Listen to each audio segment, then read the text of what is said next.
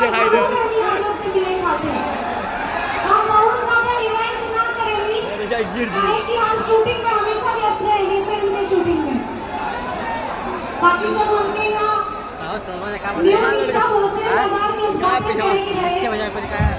भैया के नीचे का